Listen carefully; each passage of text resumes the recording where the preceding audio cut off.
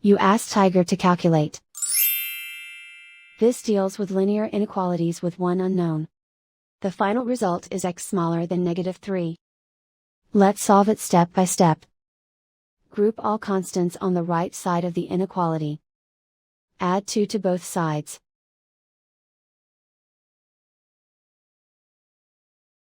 Simplify the arithmetic.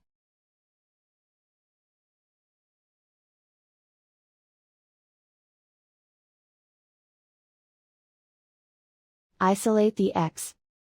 Divide both sides by 2.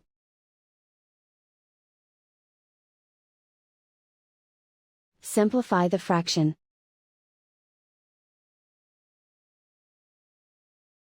Find the greatest common factor of the numerator and denominator.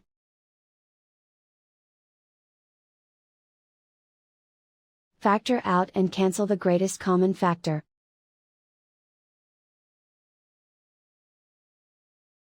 Plot the solution on a coordinate grid. And so the final result is x smaller than -3.